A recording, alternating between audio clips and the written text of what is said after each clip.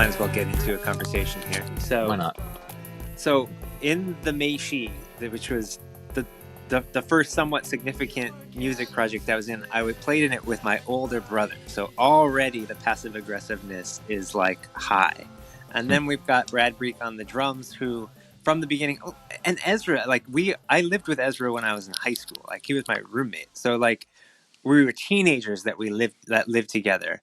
And you say that Nirvana knew that they were passive aggressive.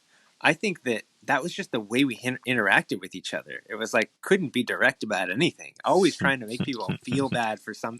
Instead of telling somebody you don't like something, you just try to make them feel bad about it or something like that. And there's like 5 of us in a van traveling around the world, living our lives like this. Like, our home has 4 wheels on it, and we're just a ball of passive aggressiveness. Oh my God. I don't know. Do you have siblings? I don't. So, yeah. At least with my brother and I, we still to this day, like, it's just too much work to tell somebody like exactly how you feel. Feedback, yeah. I feel like I read a few things about feedback this week. Well, yeah, because the older you get, the more refined taste you have. And so you have ever more voluminous and specific thoughts on, well, how did that thing that they did, which now you can perceive in a very detailed way, how does that compare to the 1,000 ways I've seen it done before and the 10,000 ways I know have been done elsewhere, and sort of what I know the traditions are, right? This is the trouble of evaluating creative choices. It's like, well, are you paying homage to, this player and this player and this player? And then, oh, I also see you taking some new risks. Now, they may not think about it like that, right? Not everyone is so intellectual and so intentional and so aware. I wonder how many people are aware of their passive aggressive behavior. Because it's one thing to be passive aggressive, and it's another thing to apologize for it, or recognize it and just understand that that's the way it is. Yeah. Well, shit. After our last conversation, where you basically sat there and asked me about some of the stories of being a traveling musician, living in a van, and getting paid $250 a night to open up for Interpol or whatever. Mm-hmm. So something you said to me, something you mentioned to me, because you're a bit younger than me. You're what, 6 or 7 years younger, or something like that. Yeah. And you mentioned that after hearing that talk, hearing some of those stories, you felt like there was some stuff that you learned from listening to that, or something that you were looking forward to in the next few years of your life. What I said specifically was I know that I have a lot to learn between where I am now and where you are right now. Right. So in my next 6 to 7 years, like, there's a lot to learn.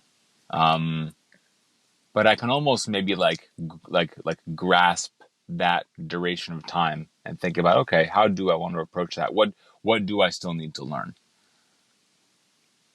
I think that you're you might, I don't know, you're probably going to learn a shit ton, but you are probably also going to be surprised at how much you already know.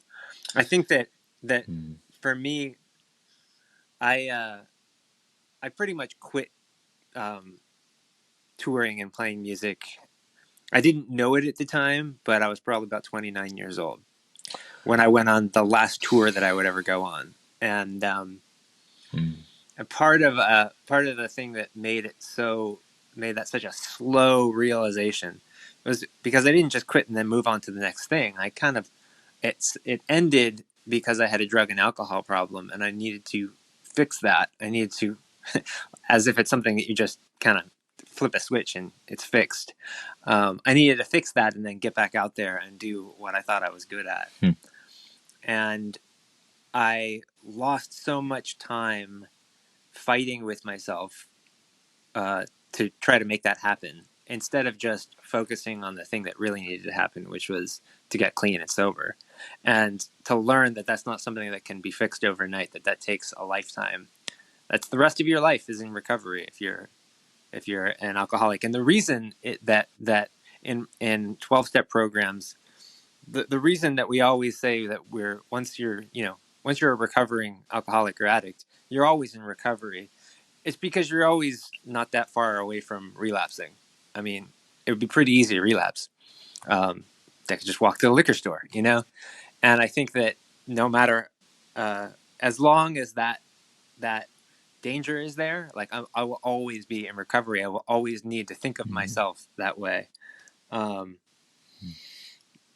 and that kind of consumed the following 10 years of my life. And I think because I didn't realize that that was going to be something I needed to do, and instead I fought with myself to try to rebuild what I had built in my 20s, it was this kind of just scratching at my soul, like kind of tearing my heart out over and over again as projects kind of failed and fell apart. And I think that was what I took my 30s to learn. And it was painful, but of course there were great things that happened from it. I did start some music projects. While they weren't, successful they weren't financially successful. They didn't become businesses. I met my wife and I started a family. I like all of these things that came out of they were byproducts of me fighting with myself. It was almost like the universe around me was just kind of protecting me from all the other damage. Yeah. So I feel like I kind of envy you because you got I feel like everything that you're going to learn you're probably going to learn more that will benefit you than I did. At least I hope so. It seems that way to me. And the fact that you're having these conversations with me means that you are more aware than I was when I was your age. Well, I think. mean, yeah, thank you. I mean, you're talking about being an addict, and it's a powerful word, and it makes me wonder what I'm addicted to. I mean, and yeah, I mean, what kind of recovery I may not know I need, right? I could probably use a firm talking to and someone to grab me by the lapels and shake some sense into me. But I don't know. I mean, I think this gets into psychological kind of questions of well, what are we afraid of? Who is this disciplinarian that we think is going to come? And maybe I shouldn't even use we here, right? We, as a writer, we is a dangerous word because you're starting to assume things about other people that may not be true. It's like an assumed intimacy and commonality that it's well, really, you should be objective and just say, I did this. I think this. But then it's an endless game of letting other people say, okay, I see that, but then I did this. So I don't know. I mean, this, leads to questions of, how do I be free? How can we just have conversations? How do I make that my job? Since it is what I spend 12 hours a day on in some way, shape, or form. How do I make the money fear go away, right? Money fear, that may be my addiction. I'm addicted to framing everything. And I don't know. I mean, it gets back to sex. I mean, money and sex, I think, are interesting things, but it's my thoughts around work and money and sex are very messy. So maybe that's my addiction, is overthinking around my trauma and wounds and past. That, I mean, honestly, I sit with my pen and my laptop and my typewriter all day, and I circle around all sorts of stuff, right? I mean, I write like I talk, and I've gotten good at doing it. And clearly I can go all day. So I don't know. I'm trying to like become useful, but I also struggle with like getting past the edge of self. But maybe it'll turn out that that's okay. Like maybe part of the learning is like, well, I knew I was supposed to write. And if it turns out that all I do is that, then maybe that's not a bad way to actually spend your life. You know, be what you are. Do what your noun is. Hmm. But yet there's just angst everywhere. And Angst everywhere. I'm I yeah. Well, let me And tell you something about addiction for a second. Maybe this will help you figure out what you're addicted to, if anything at all. mm-hmm, mm-hmm. There's when you discover that you have an addiction. First of all, you're in denial about it, right? But the hard truth of when you realize that you have an addiction is when you can't stop doing something, and it's usually because of something physiological, like I'm going to get sick unless I get a fix. I'm going to get the shakes if I don't have a drink. Like something that's a that's a that's a physiological thing that you need to deal with. I was traveling by plane through Europe, and I remember getting off the plane and thinking, I need to stock up because we're going to be traveling by bus for the next few weeks. And I don't want to have to be stopping in every city to get more dope, right? So there's that physiological thing. But once, and that's a hard thing to deal with. I mean, you have to kick that habit, and it's very, very painful and difficult and uncomfortable. But once you do that, it's like, then you've got that addiction, that physiological addiction dealt with. And then you think that you're all okay until you realize you have this hole. You have like you know, you have a spiritual problem. You have a spiritual malady. You have like this, you have this, literally, it's a spiritual problem. How do you, like, why did you go to that substance in the first place? What brought you there? What's wrong with me? What's wrong with me that made me seek out another way of being? Why couldn't I just be the way I was? So there's this constant desire to seek out another feeling or another way of being. You still there? Oh yeah, I Yes. got you.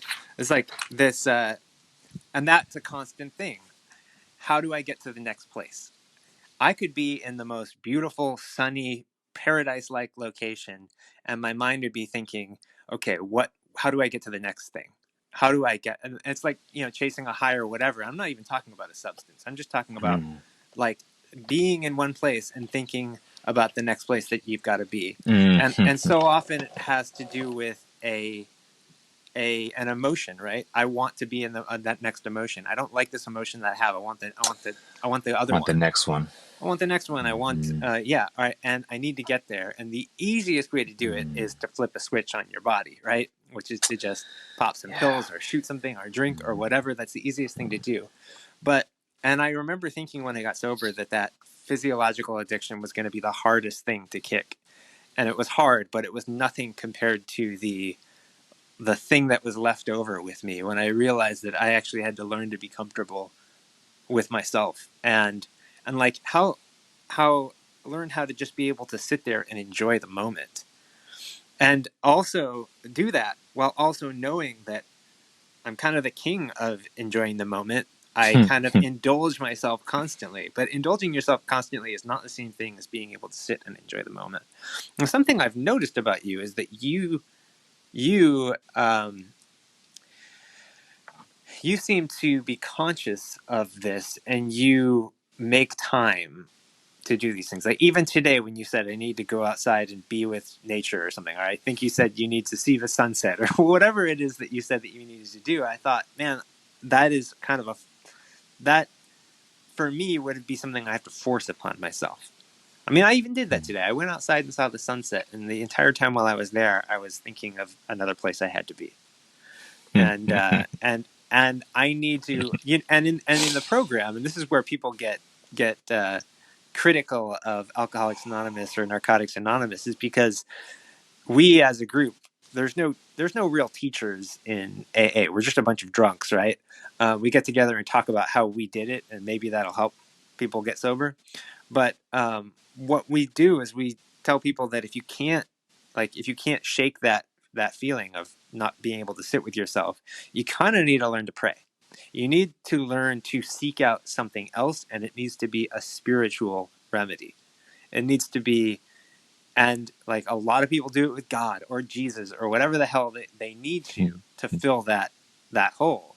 But like you need to, and for me, my quote unquote higher power is being able to see all of the good things around me. It's like a version of gratitude. And sometimes I even ask that question of like, one, am I okay right now? That's question number one. Am I okay? Or is there a crisis? Or am I okay? If I'm okay, then what? Well, then what can I do right in my vicinity to notice the good things? Like, what is it? Is it my dog? Because that's a pretty awesome thing. Or is it this flower? Or is it this sunset? Notice those things. And then if I'm still having an issue with changing that spiritual base that I'm on, then I need to be of service. I need to stop thinking about myself and go help somebody else instead, because that will get me out of my moment into somebody else's. And then before I know it, I'll have reframed my entire situation where I'm no longer worried about helping myself because there's somebody else who needs help. And that's being of service. So I don't know. You're not somebody who struggles with the physiological addiction. And so I'm really happy to hear that. And I also consider myself to be a grateful addict, a grateful alcoholic. It's one of those things that you hear in AA meetings all the time is, hey, my name is JJ and I'm a grateful alcoholic, because I would never have learned these things about myself if I wouldn't have hit rock bottom, if I wouldn't have bounced from there. I would never have had the opportunity to learn these things. And when I look back through my life, when I didn't even start drinking until I was 24 years old, I was an emotional wreck from the time I was from the age of 12 to 24, and before I even had a drink, because I didn't know how to deal with it. I didn't know how to sit with myself. I just didn't know how to do it. No one taught me, because nobody teaches that in this world, in this country. Nobody teaches how to just sit. Nobody teaches us to just sit with ourselves, I don't think. Yeah. I mean, parenting sounds impossible, and I think it's only gotten harder. And I don't know. I mean, I had video games. A lot of, I think people plant them in front of TV or movies just because, a kid is an emergency all the time, and it's to take responsibility for that education, right? It's like such a fertile time. I was planted in front of MTV. Like in the 80s, that's what I was taught to do. Yeah. Well, and it's like once you spend enough time online or reading or working, you just sort of become aware of the possibilities all the time and all the choices you have, right? I'll talk a lot about 10,000 brain cycles. But essentially it's like, the thousands of words rushing through your mind all the time, and you're sort of engaged in this game of consciousness and you have a choice. And it's like, whoa, imagine what it was actually like when you were a kid. Imagine what it was actually like to be 6, 12, 14, 18, and experimenting. And like, it would be shocking to see some of the things I'm sure I'd said at parties or to friends parents. I'm glad that I don't have that HD video footage. Though today's kids won't have that luxury. They will have their being a teenager in all of its perfectly Apple recorded glory. And I'm sure people will be defending their data up until middle age, even if it's 10 million terabytes of, I need every thought I ever had, every moment I ever had, I need it in lossless format. But I digress. I think about this a lot. I have this view of generations as there are really only three generations that are important at all, and that's those who lived and died before the internet, those who were born with the internet, and those of us that remember a time before the internet. Because and I say the internet as the royal internet, meaning HD, Apple iPhone video Oh, on everybody, and on everybody, yeah. and all the things that you can do with technology. It's really just a post technology, but it kind of started with the greatest invention of all time, which is the internet, I think. But I wonder. I think of that as a thing that I value about our generation. Like I value the fact that I grew up having to deal with boredom, or like having to deal with the problem of how to get in touch with somebody, for instance, or whatever. I don't think I told you this, but the first tour I ever went on with a rock band, I was 15 years old. I was in a band called Cutouts, and it was a band of college kids, and we took spring break to go on tour through Southern California, San Diego, Arizona, and New Mexico. And I was so young that we were playing some bars that I wasn't even allowed to hang out in afterwards because they would kick me out because I was underage. And I didn't even, I looked like I was 15 years old. But these tours, we didn't even have fucking MapQuest. Like we had a Thomas Guide. The Thomas Guide was a big, thick, spiral-bound book with the map of the entire U.S. in it and coordinates for everything. And we had to use that to get to where we were going. And like there were times where we would like show up at the venue, and the venue would have been like closed down for like a week or whatever. It's like no shows. We canceled everything. Sorry, we didn't let you know, but we had no way to get in touch with you. Like there was no even email. I mean, people weren't using email to coordinate anything. And it's crazy to think that people even did that. Was it all landlines? Was it phone calls from landlines? Landlines, payphones. I mean, there were no cell phones, so it was all. Yeah, literally, man. We'd have to stop and use payphones to find out directions to the club where we were supposed to be playing.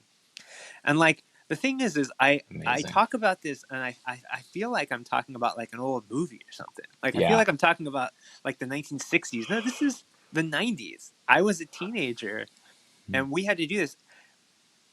I would never let my 15-year-old kid go out and try to do that with like no, like imagine letting your 15-year-old go out without a cell phone and go travel for 3 weeks and with play college kids to hang out in bars. Hang out in bars. And I mean, I did that, and we didn't even think anything about it. Maybe it was just. And then you went to Stanford. Unbelievable! You are a complete human being. Yeah, I guess so. I mean, I wrote all my college essays about doing crazy shit like this, so maybe that's the reason I got accepted. But it's like that. I am super grateful for that. I'm super grateful that I got that experience. I mean, it was crazy that yeah, it was. I don't know how anybody did that. I don't even know how I did that. And to think that people were doing it in the. I mean, the another crazy thing is my grandfather, my father's father, was a touring musician. He played trumpet in big bands. He did the same thing. Wow. Traveled around in a bus, city to city. That's how he met my grandmother. Wow. My grandmother was just pretty much the one who got pregnant. I'm afraid that that's how the story goes, but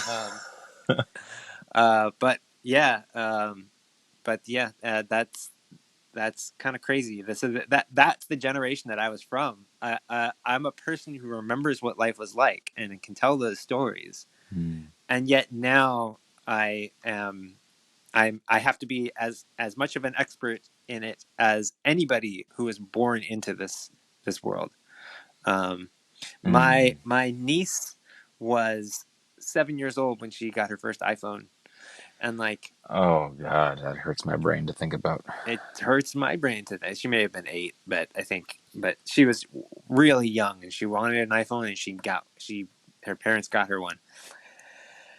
And I think, wow, man, our I mean, I don't think that generation is going to wish that they had the experiences that we did. I don't No, think so. no. It's just going to be like just another reality, really. Uh, Hmm. hmm. I mean, you mentioned earlier about how it took longer to do things. I think often, and I'm sure you'll have some thoughts on this, of like going to the record store when a new record came out and the anticipation of it, looking forward to it, standing in line, finding it in the stacks, waiting in line to go buy it, getting Uh-huh. outside of Tower Records, closing the door, ripping the plastic off, smelling it, looking at the liner notes, being so stoked to go home and listen to it, and then all your friends go home and listen to it independently, and then you like meet up later, and be like, "Oh my god, did you hear the guitar solo on that?" Like, Yeah. in a sense, like that's magical, and it's, I mean, yes, it's magical. Um, If I lent somebody my Jawbreaker album, like it was like I was giving them something. It was like lending them my car, you know, just like mm, just enjoy driving my car. I want it back, but I want to know if you enjoy driving my car or something like that. It was, yeah. I was really in the '90s. I was one of my favorite things to do was buying used records and used CDs.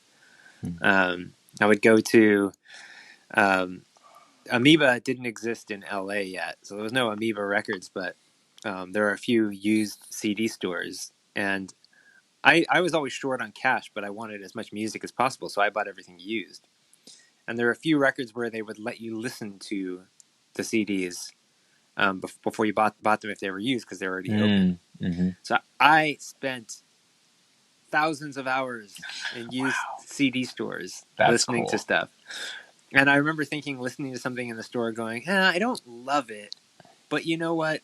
I think I can learn to like it because it's cheap and it's Wow. weird. I mean, that's how I discovered like Captain Beefheart and stuff. Like I would like listen to something and be like, I don't think I like this, but like maybe I'll learn to like it. I can afford it, so Wow. maybe I'll just listen to this. Like what kid does that? Well, yeah. Well, what the question is what adult does that? Who would Yeah. have time to like chisel out new areas of taste? Yeah. All right, and I keep bringing it up. Something Picasso said is it takes a long time to grow young, and I feel like you have to kind of relearn how to be a child, right? To dare to believe that you have the time to listen to something new and say, I don't. I mean, can you imagine someone in their 30s or 40s saying that? Most people's tastes. A lot of people I meet. I mean, I am a musician. I sing with some people on an app. A lot of them, it's like you get your taste at 15 or 20, and you don't grow out of it A and you lot roll of with it people. until you're 50 and 60 and 70. They're in their, they never got out of their college rock phase. They're still wearing the same clothes. It's totally true. A lot of people are like that, and a lot of people have that sort of like, that golden era of art and music that was around when they were a teenager. That was when they probably were really when terrible. they were 15. No Yeah, matter yeah, what it was, that was the good old days. yeah, yeah, totally. I mean, I was Emo gonna. or rap rock or whatever, it doesn't Hmm. matter. It's just whatever is special to them. Well, I mean, your comment about generations was funny, and I've heard it said that like once you pass 30 or 35, it's like anything that was not around when you were like 30 or 35, but now is, it's newfangled. It's weird. It may simply be an age thing. Um, and I don't know if the future is accelerating or not. I mean, 8-year-olds getting iPhones, like all of a sudden, I mean, it makes it more difficult to have interesting experiences because now everything is so easy, so that you have to almost add in difficulty.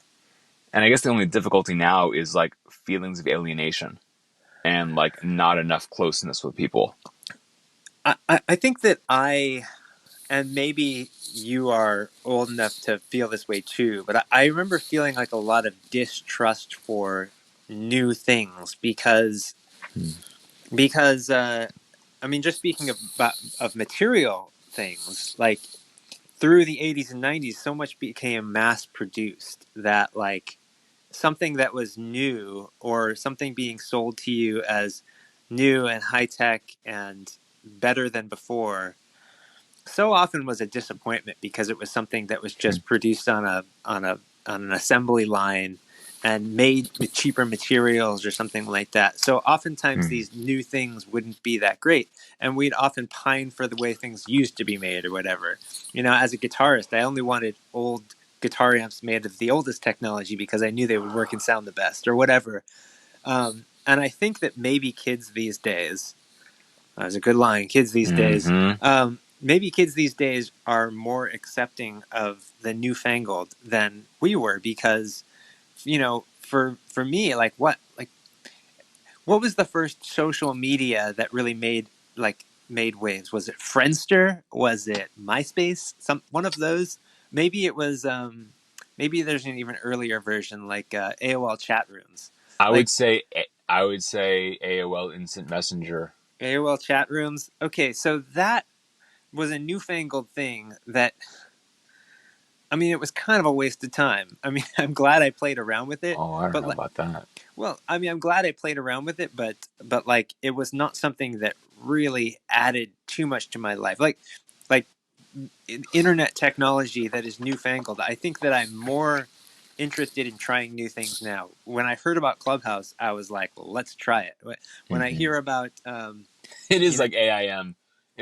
yeah, It's AIM for adults. yeah, and so That's like, funny. but when I was, you know, in my 20s and 30s, if I heard about some new technology, I just didn't trust it right away, and I didn't want to put time and effort into using it, especially since I was it was during a period of my life where I really valued my privacy. I didn't really want people knowing too much about Mm. me because I was driving around the country, flying around the world, you know, as a very public person, and so I thought that I cared a lot about privacy. So I didn't really want to have an online persona, and I didn't really.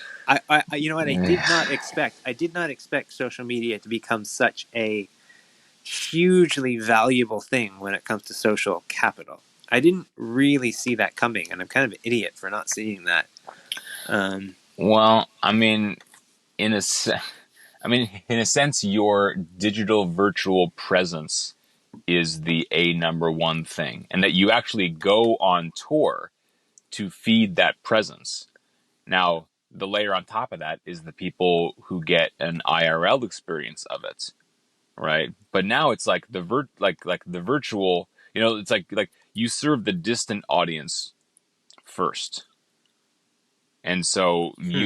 I mean, being on tour, being on the plane, being on the bus, being held up in the Russian consulate or whatever airport you were in, which is a great part of the last episode. If you didn't hear it, you listener, thank you for being here.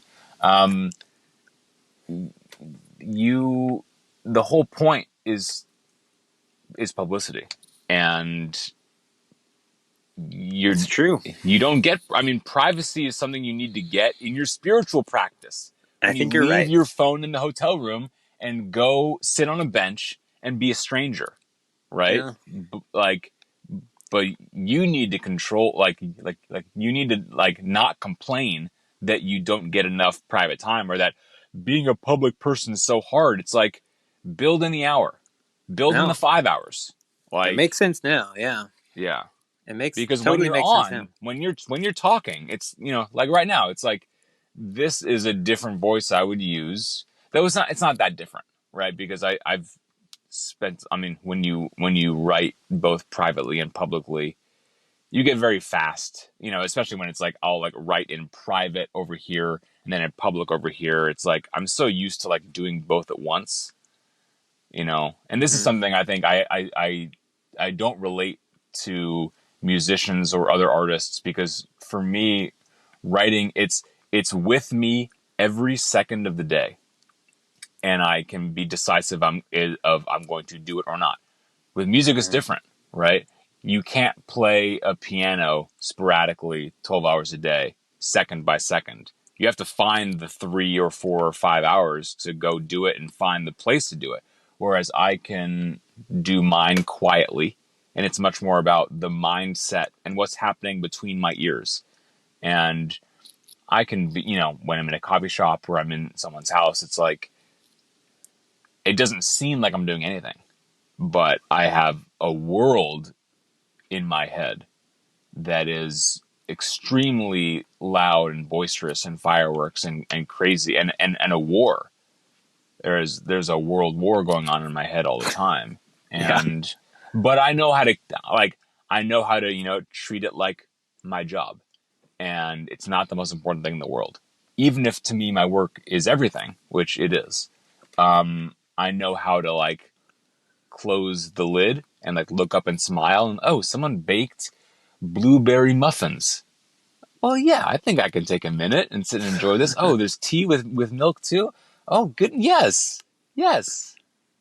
Because I mean, my work doesn't lack that, right? I would never, and at least now, shoo them away saying, no, no, no, no, no, no, no. I'm writing. I'm very serious. No, leave me in my naked light bulb. It's like, I don't know. I know how to be serious, but also not let that seriousness consume me.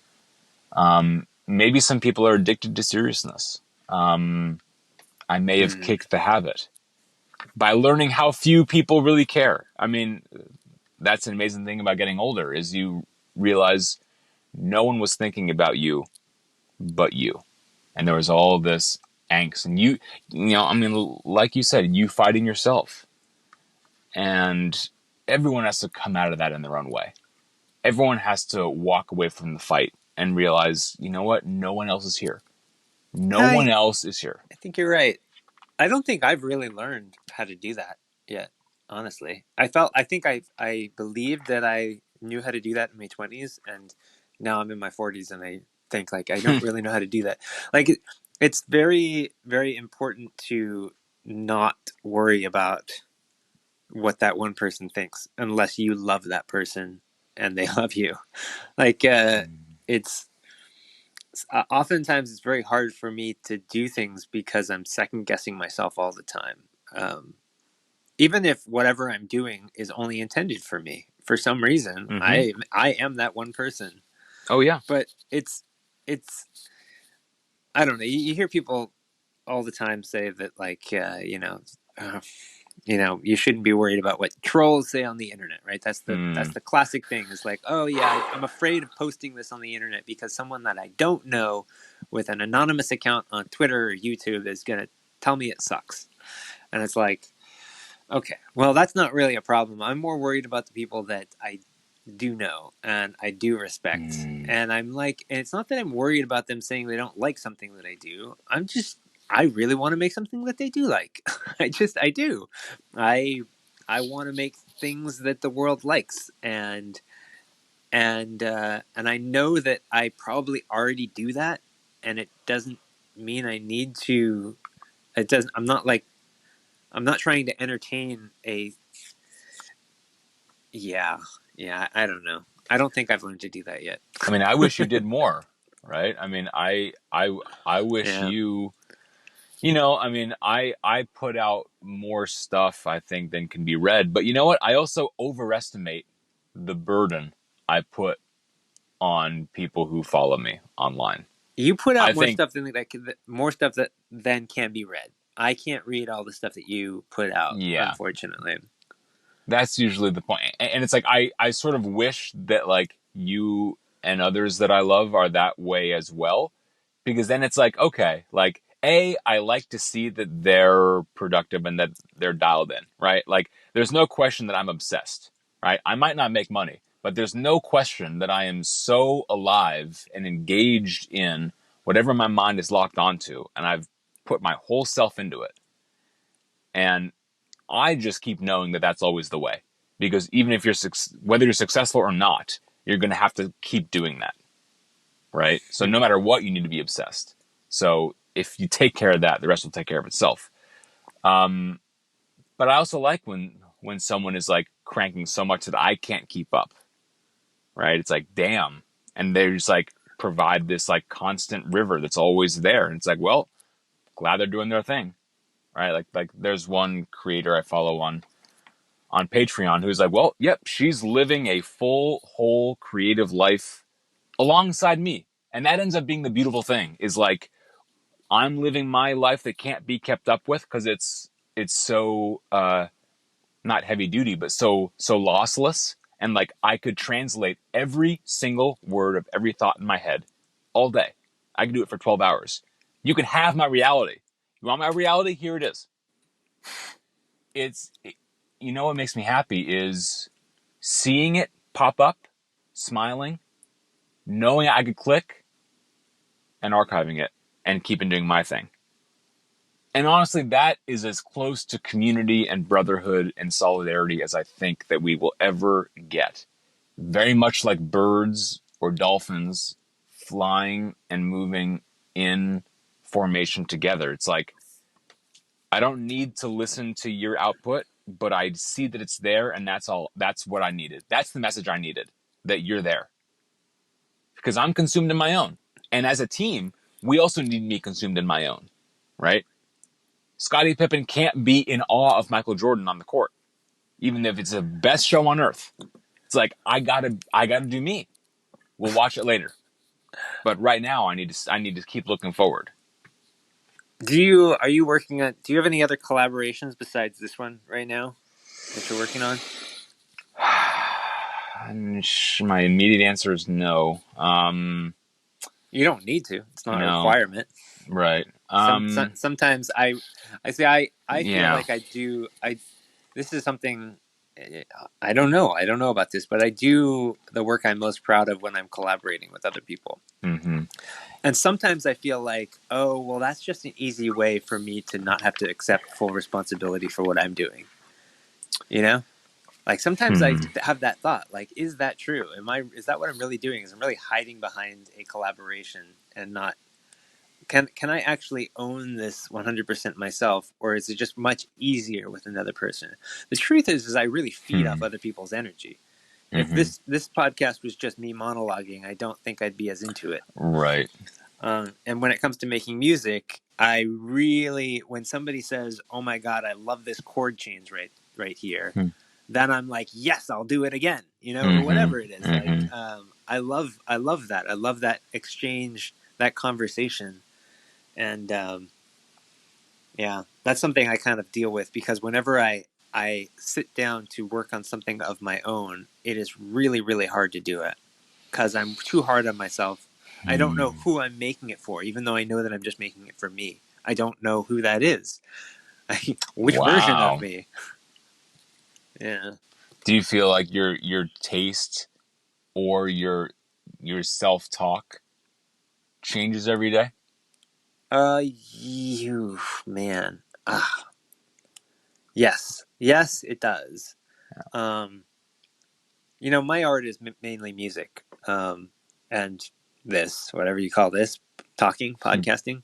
My art is music, and part of the problem with being a professional music composer and sound designer is that I'm usually given a task. I'm usually doing something to fulfill some purpose. Whether it's to create an emotion for a scene in a film, or it's to sell a product, or to create, even if it's something as ambiguous as write something that can get stuck in somebody's head. Whatever it is, I have some kind of task. And when I'm writing for myself, it's been so long since I know it excites me. I know when I write something on that excites me, but that's hard because I'm now can do so many things. Now my palette is huge, and sometimes I just don't even know where to begin. So that process of finding that thing that I'm excited by it takes a lot longer, and it's not like I can just sit down and start doing it. I'm sure there are other artists like this too, like people who drew when they were teenagers and can just draw and draw and draw, and by the time they're 40, they're like, well, now I know how to use a pencil, a paintbrush, spray paint, and whatever. I don't even know where to begin now, and I don't even know what I want for myself. That's kind of the way I feel. But when I'm in a collaboration, that's easy because somebody else can throw on those Yeah. artificial limitations, and then I can work with that. And that, and oftentimes I'm afraid of committing to one genre, for instance. And I mean genre very loosely. It could be anything, but I'm afraid of committing to one genre too much because I don't want to spend too much time in one genre. You know, it's like, you know, like what if I'm going to write a piece of music? Let's say it's going to be some ambient electronic thing. Let's use the very literal definition of the word genre. If I'm going to write something that's ambient and electronic, well, okay, I'll do that once, but do I want to do that tomorrow and the next day and the next day after that? No, I don't. So is it even worth it for me to try to make one piece like that? Is it? I don't know. I think you're looking too far ahead. Of course I am. I think if you just do what's under your nose, right? And it's like, I think it's also helpful to consider, like, you've already started and you're in the middle of it, right? Like, you're always in the middle of it. I mean, there's a piano there, there's a pen and paper there, there's a microphone there. It's like, it's all there. And I don't know. Well, then I end up noodling, and then I end up I end up doing very unfocused work, which is very fun, but it's not quite fulfilling because things don't get finished and a lot of stuff gets started over and over and over again. Like, yeah, I got a piano and I can sit there and play it for hours and come up with new ideas and sure, and then I can quickly turn around and pick up a guitar and do the same thing. But it's never going, you know, the stuff that I'm most proud of is where I actually sunk time and energy and effort into, and you know, stuff that I love, stuff that was often work, stuff maybe that I didn't want to have to work on it when I was working on it. Yeah. Sounds like you don't know how to want, and you won't let yourself. It's like you need, but you want. Well, yeah. I mean, it's probably Because if you're making it for yourself, why do you need to finish, right? I mean, like you're terrified to sink in to play the piano. Oh God, I'm not recording. Oh, it's not productive. It's like, shut up and play the fucking thing. Play me something I've never heard before, and you can just do it. yeah. But then there's the whole thing where it's like, okay, yes, but now it's okay. Well, I do that, so I'm just gonna sit there and play for myself all day and all night. Okay, yeah, I'll do that, and I'll love it. And that's the Until reason you I play start piano recording, anyway. right? I mean, Yeah. the ability to record and make it into something else that you then, I guess, put into the computer and mix up and stretch out. Like, I don't know. Like, Why would I record anything? well, you need to then, I mean, because you then assemble it into something else. I mean, Yeah, I mean, I to guess make so. it, I mean, to make a thing, don't you like have multiple parts to it? And Yes, and that can be the part that is like, well, then I have to start thinking about how much I'm going to commit to something, because it's all fine and good yeah, if I sit down so there and play. you're thinking about commitment is just like this huge brick sitting on you. The reason I think about that though is not it's because I'm traumatized from having so many projects that were never finished. And yes, it's fine if I don't finish them, but if I don't finish them, it's less likely that other people are going to hear what I've done. But then they're going to hear something else, right? I mean, for everything you don't finish, you finish something else. Not no, not necessarily. I could just end up with a lot of unfinished things, which is what a lot of artists have. Well, I have a lot of unfinished things. I have a lot of finished things. There's Yeah. more than enough finished things that are out there, Well, right? I know that I need to focus more on finishing things and starting new things, and that takes that that's commitment But right what's there. the Is finishing rush? something.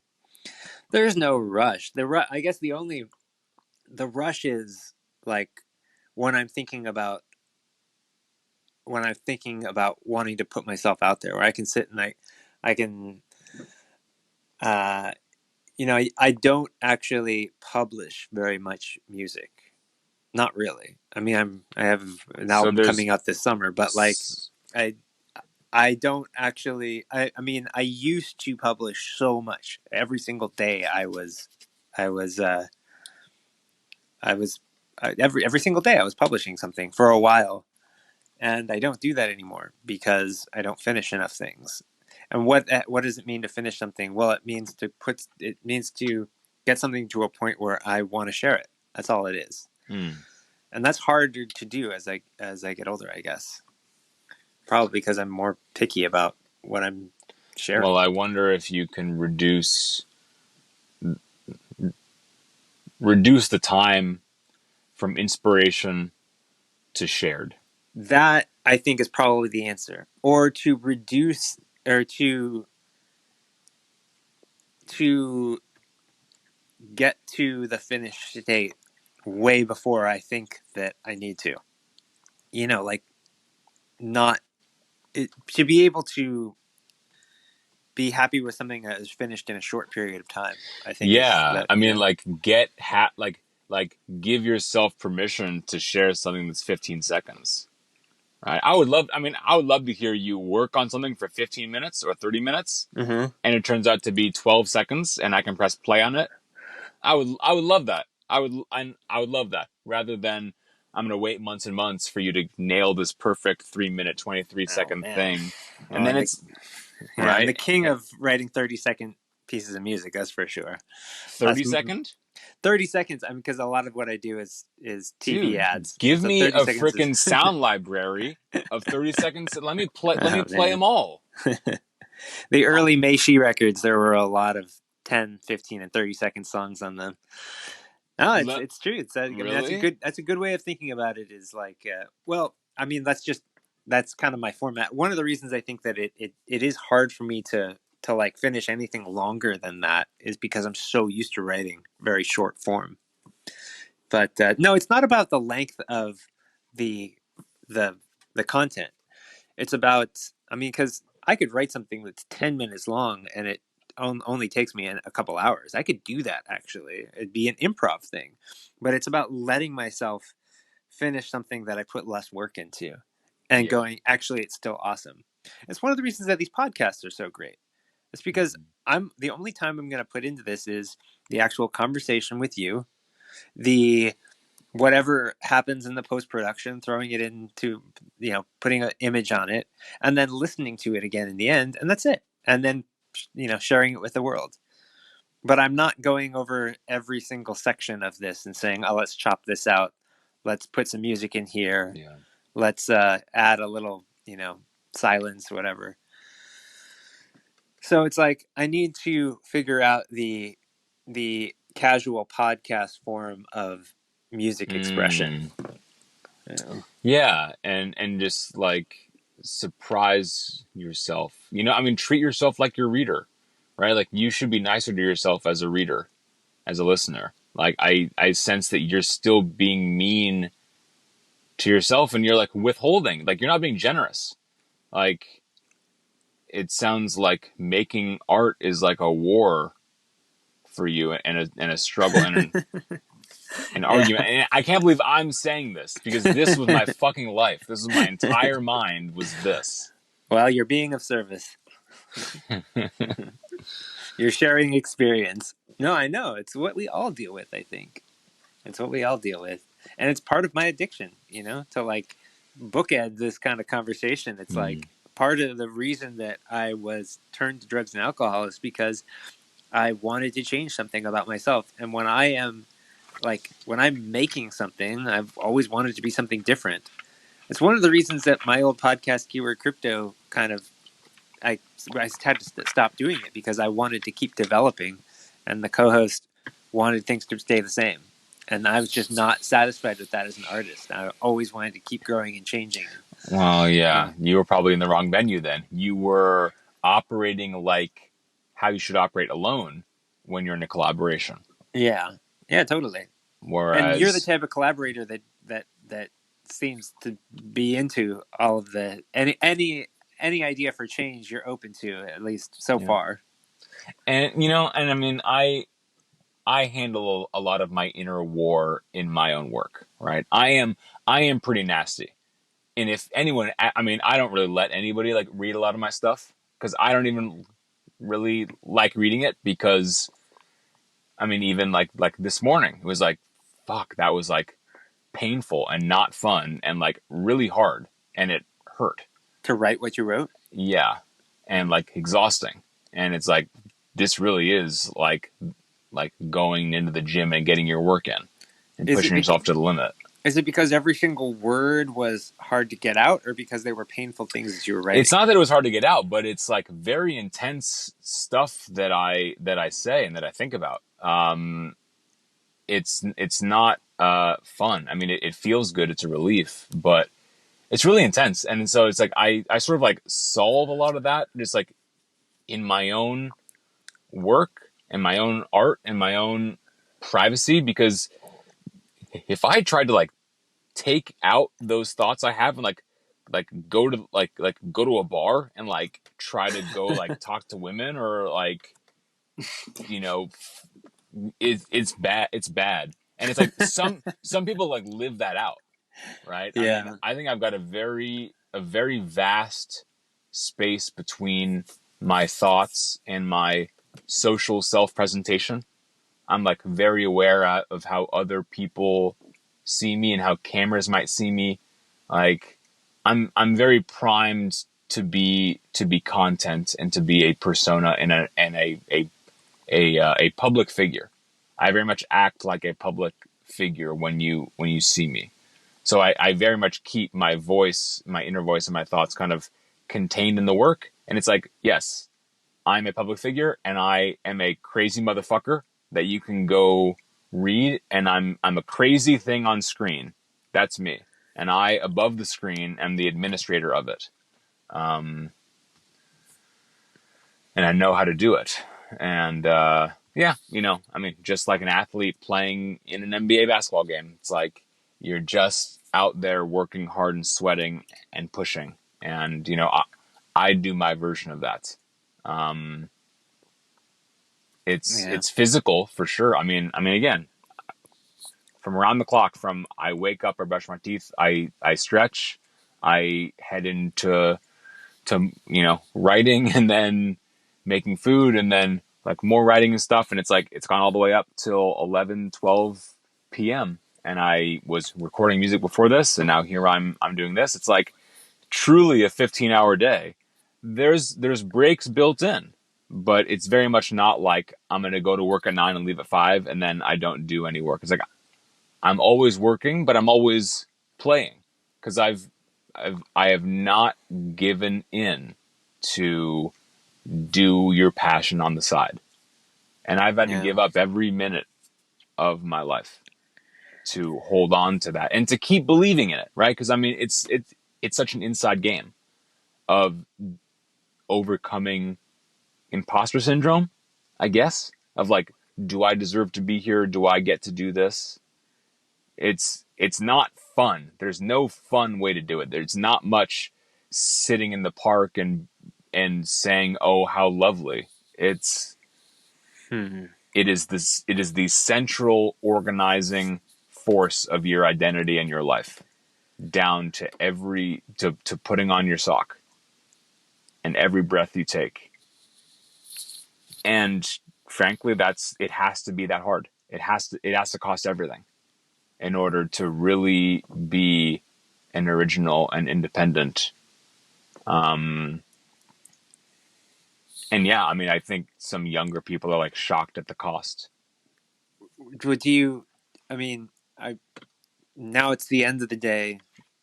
You feel good about it.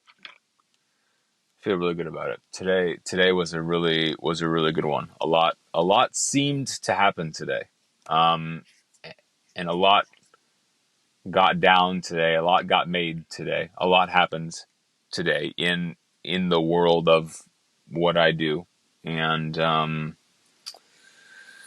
And yeah, that's what you want. I Yeah. mean, talked about, yeah, you know, it's like you got to make each day your masterpiece. Mm. Because if you're not at that edge, like I mean, I certainly can't afford to not be there, right? Where else am I going to be? There's nowhere else for me to go. So Yeah. it's like you have to do it. And it's like, if today wasn't the best day you've ever done, we've got a problem, and someone needs to come shake you. But life will do it for you, right? Because you'll either get thrown out of your housing, or you'll let somebody down. Yeah, and it's like there's, I mean, one thing I was quoting yesterday was, there's no satisfaction for an artist anytime. There's only a queer divine dissatisfaction that keeps you marching. So I think I've learned how I accept dissatisfaction, and I also think it accepts me. And you know what? Maybe I had to get that right before I could do marriage or any other big kind of contractual agreement or anything.